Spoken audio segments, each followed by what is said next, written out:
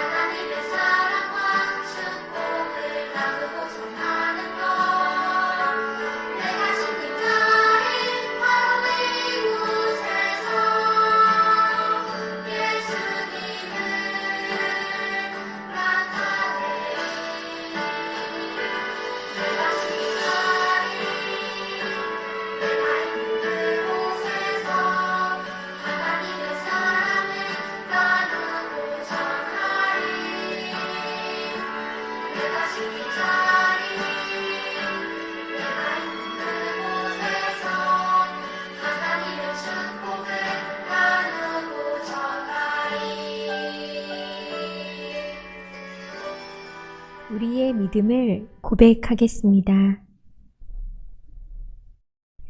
나는 전능하신 아버지 하나님, 천지의 창조주를 믿습니다. 나는 그의 유일하신 아들, 우리 주 예수 그리스도를 믿습니다. 그는 성령으로 잉태되어 동정녀 마리아에게서 나시고 본디오 빌라도에게 고난을 받아 십자가에 못 박혀 죽으시고 장사된 지 사흘 만에 죽은 자 가운데서 다시 살아나셨으며 하늘에 오르시어 전능하신 아버지 하나님 우편에 앉아 계시다가 거기로부터 살아있는 자와 죽은 자를 심판하러 오십니다. 나는 성령을 믿으며 거룩한 공교회와 성도의 교제와 죄를 용서받는 것과 몸의 부활과 영생을 믿습니다. 아멘. 이제 말씀을 들을 시간이에요. 오늘 말씀은 마태복음 7장 24절이에요. 준비한 성경책으로 말씀을 찾겠습니다. 오늘 이 시간 하나님의 말씀이 선포될 때 우리 친구들의 마음속에 하나님의 말씀대로 살고 싶은 소망이 샘솟기를 바라요. 그럼 다 찾은 줄 알고 말씀을 함께 읽겠습니다. 시작! 그러므로 누구든지 나의 이 말을 듣고 행하는 자는 그 집을 반석 위에 지은 지혜로운 사람 같으리니. 마태복음 7장 24절 말씀. 아멘. 그럼 다 같이 말씀 속으로 들어가 볼까요? 렛츠 고! 말씀 위에 내 삶을 세워요. 여러분, 이게 뭘까요? 움푹 패여 있는 구덩이 같은데 도대체 어떻게 생긴 걸까요? 이 구덩이는 말이죠, 바로 싱크홀이에요. 많이 들어봤죠? 싱크홀은 땅 속의 빈 공간 때문에 땅이 무너져 내리면서 생기는 구덩이에요. 이렇게 땅이 푹 꺼지는 곳에 집이나 건물을 짓는 사람이 있을까요? 생명이 위험한데요. 아마 집을 다 짓기도 전에 무너져 버릴 거예요. 그런데 오늘 말씀에는 이런 싱크홀이 생기는 땅에 집을 지은 사람이 나와요. 도대체 무슨 일일까요? 우리 말씀을 함께 들어봐요. 예수님은 산 위에 올라가셔서 많은 사람들에게 하나님의 말씀을 전하셨어요. 산 위에서 예수님의 말씀을 전하셨다고 해서 산상수훈이라고 해요. 예수님이 산 위에서 가르치신 말씀이라는 뜻이죠. 예수님은 어떤 사람이 복이 있는 사람인지, 어떻게 사는 것이 올바른지, 또 어떻게 살아가는 것이 잘못되었는지 말씀하셨어요. 그리고 이렇게 이야기하시면서 말씀을 마치셨어요. 내 말을 듣고 행하는 사람은 집을 반석 위에 지은 지혜로운 사람과 같단다. 그러나 내 말을 듣고 행하지 않는 사람은 집을 모래 위에 지은 어리석은 사람과 같다. 예수님의 말씀을 들은 사람들은 단번에 알아차렸어요. 왜냐하면 이스라엘의 기후 때문이에요. 집을 모래 위에 짓는 것이 얼마나 어리석고 위험한 일인지 알 수 있어요. 이스라엘의 기후를 한번 살펴볼까요?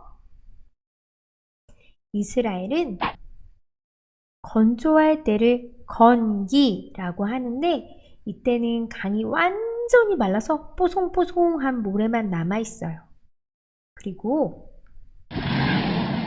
이렇게 비가 많이 내리는 날씨를 우기라고 하는데, 우기에는 뽀송했던 모래바닥에 강물이 엄청나게 불어나요. 이스라엘은 계절과 날씨에 따라 강이 생기기도 하고 말라버리기도 하고 그러는 땅이 곳곳에 많이 있었어요. 그런데 이런 곳에 두 사람이 집을 짓게 되었대요. 한 사람은 넓고 평평한 돌, 반석을 열심히 찾았어요. 그리고 마침내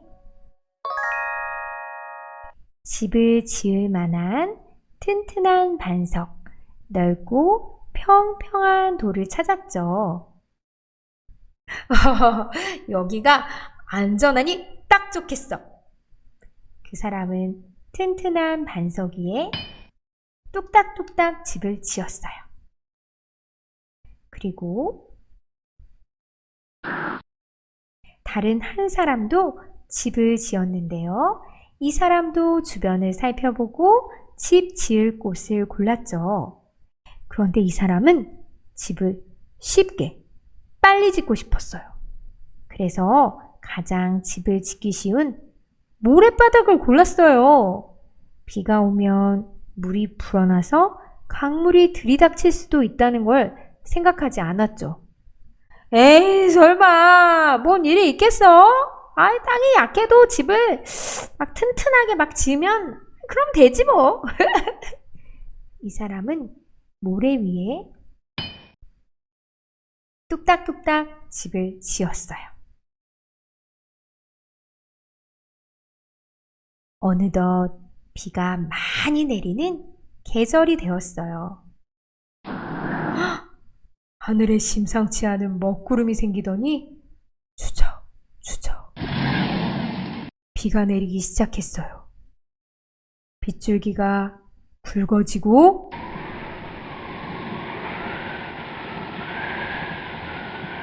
바람까지 불어왔죠. 뽀송뽀송하게 말랐던 모래바닥에 서서히 물이 고이기 시작했어요. 물은 점점 불어나서 집을 다 덮고 홍수가 나버렸어요.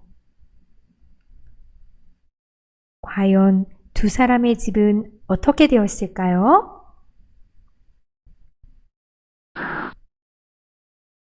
물이 빠지고 나니 반석 위에 지은 집은 홍수와 거센 바람에도 무너지지 않고 끄떡없었어요. 하지만 모래 위에 지은 집은 무너져 버리고 말았죠. 아무리 집을 튼튼하게 지었다고 해도 모래바닥은 밀려오는 강물을 버틸 힘이 없었던 거예요. 우리 친구들, 두 사람은 모두 나름대로 튼튼한 집을 지었어요. 거센 비바람, 홍수에 한 사람의 집은 거뜬히 버텼지만 다른 사람의 집은 폭삭 무너졌죠. 이 차이는 무엇일까요? 그건 바로 어디에 기초를 두고 집을 지었느냐 하는 거예요. 여러분, 어디에 기초를 둔 집이 무너지지 않았죠? 맞아요. 바로 반석, 넓고 평평한 돌 위에 기초를 두고 지은 집이 무너지지 않았죠.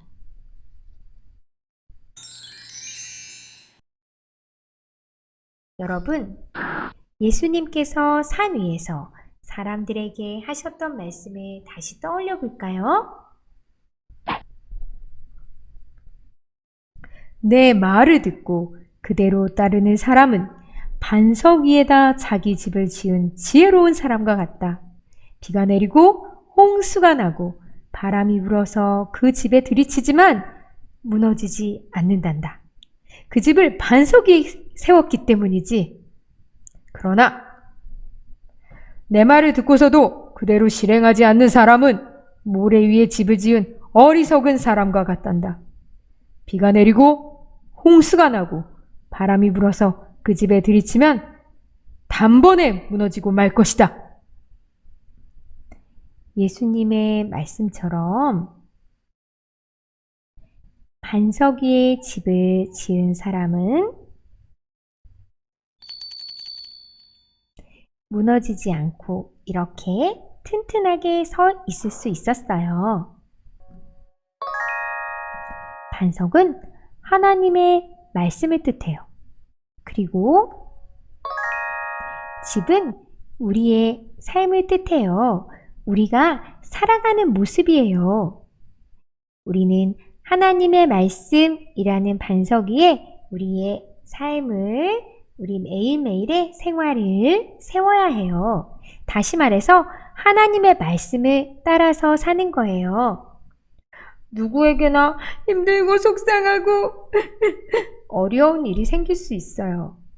하지만 반석 위에 집이 폭풍을 견뎌낸 것처럼 우리도 말씀이라는 반석 위에 잘 서 있으면 어떠한 어려움도 굳건히 버텨낼 수 있어요. 그런데 하나님의 말씀에 기초를 세우지 않으면 힘들고 어려운 일이 생겼을 때 우리는 모래 위에 세운 집처럼 와르르르르르 무너지고 쓰러질 수 있어요. 우리는 하나님의 말씀을 그저 듣기만 하는 것이 아니라 말씀대로 살아갈 때 우리는 반석 위에 집을 지은 거예요. 그리고 예수님께서는 슬기로운 제자구나 라고 칭찬해 주시죠. 우리의 삶의 기초는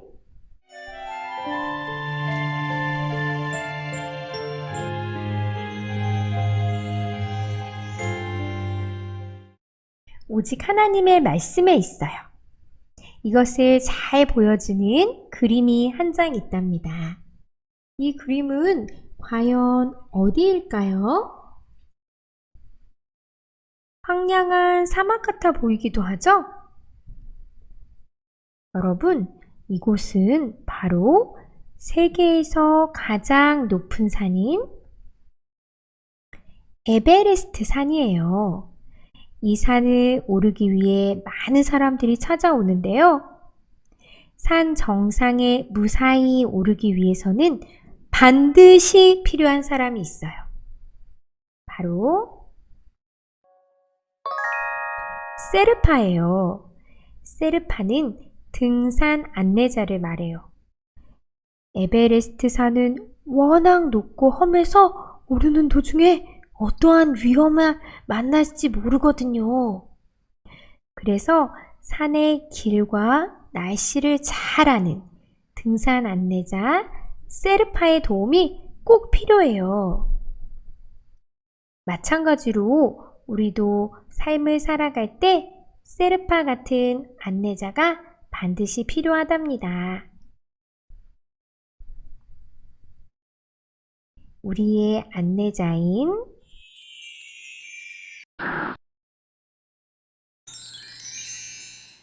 성경에 쓰인 대로 살아갈 때 말씀이라는 튼튼한 반석 위에 집을 지은 것처럼 어떤 어려움도 거뜬히 버텨낼 수 있어요. 우리의 귀중한 안내자가 바로 하나님이시기 때문이에요. 그리고 성경이 바로 하나님의 말씀이 가득 담긴 안내서예요. 하나님의 말씀대로 살아가기 위해서 하나님의 말씀을 듣고 배우기 위한 노력을 게을리하면 안 돼요.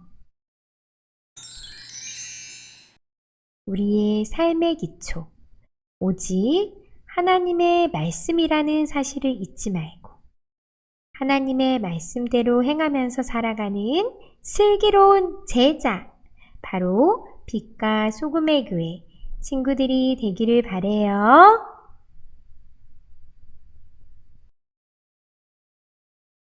오늘 말씀을 생각하며 함께 기도하겠습니다.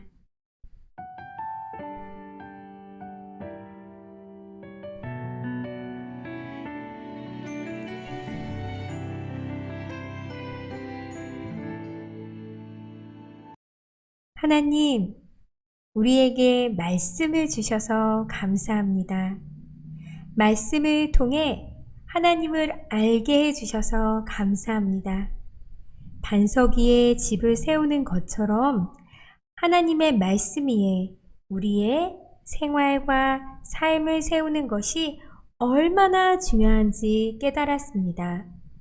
홍수가 집을 덮치는 것처럼 힘들고 어렵고 지치고 불안하고 속상할 때 하나님의 말씀 위에 서면 흔들리지 않고 굳건히 이겨낼 수 있음을 알았습니다. 하나님의 말씀을 배우고 믿으면서 반석 위에 집을 세우는 것처럼 행동으로 실천하면서 살아가는 우리 빛과 소금의 교회 초등부 친구들이 되게 해주세요. 예수님의 이름으로 기도합니다. 아멘. 사랑하는 초등부 친구들, 오늘 말씀을 통해서 세상을 가장 슬기롭게 행복하게 살아가는 비법을 알게 되었어요. 무엇이었나요? 맞아요. 바로 하나님의 말씀을 믿고 그 말씀대로 살아가는 거였어요. 그래야 반석 위에 집을 지은 것처럼 지혜로운 제자로 살아갈 수 있어요. 전도사님이 왜 그렇게 큐티와 달달 말씀을 중요하게 강조하는지 잘 알았죠? 우리가 매일매일 예수님의 슬기로운 제자로 살아가는 비법?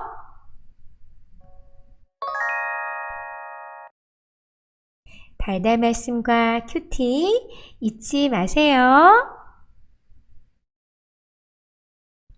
오늘도 주기도문 후에 달달 말씀과 쿠키 영상이 준비되어 있으니 기대해 주세요. 그럼 추석 명절 건강하게 잘 지내고 우리 다음 주에 만나요. 예수님이 가르쳐 주신 기도 한 단어 한 단어 뜻을 생각하며 주기도문 하고 예배를 마치겠습니다. 하늘에 계신 우리 아버지, 아버지의 이름을 거룩하게 하시며 아버지의 나라가 오게 하시며 아버지의 뜻이 하늘에서와 같이 땅에서도 이루어지게 하소서. 오늘 우리에게 일용할 양식을 주시고 우리가 우리에게 잘못한 사람을 용서하여 준 것 같이 우리 죄를 용서하여 주시고 우리를 시험에 빠지지 않게 하시고 악에서 구하소서. 나라와 권세와 영광이 영원히 아버지의 것입니다. 아멘.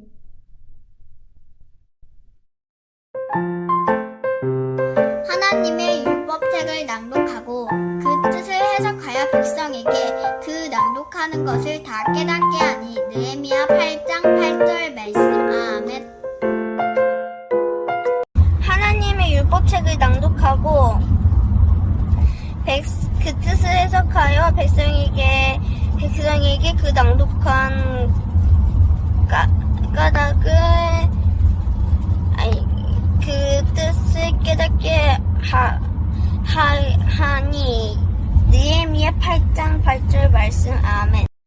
하나님의 율법책을 낭독하고 그 뜻을 해석하여 백성에게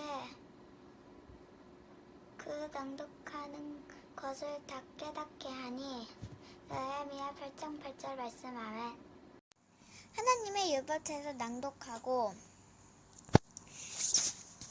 그 뜻을 해석하여 백성에게 그 낭독하는 것을 다 깨닫게 하나님의 율법을 낭독하고 그 뜻을 해석하여 백성에게 낭독하는 것을 다 깨닫게 하니. 느헤미야 8장 8절 말씀. 아멘. 모든 성경은 하나님 감동으로 된 것으로 교훈과 충만과 바르게 함과 의의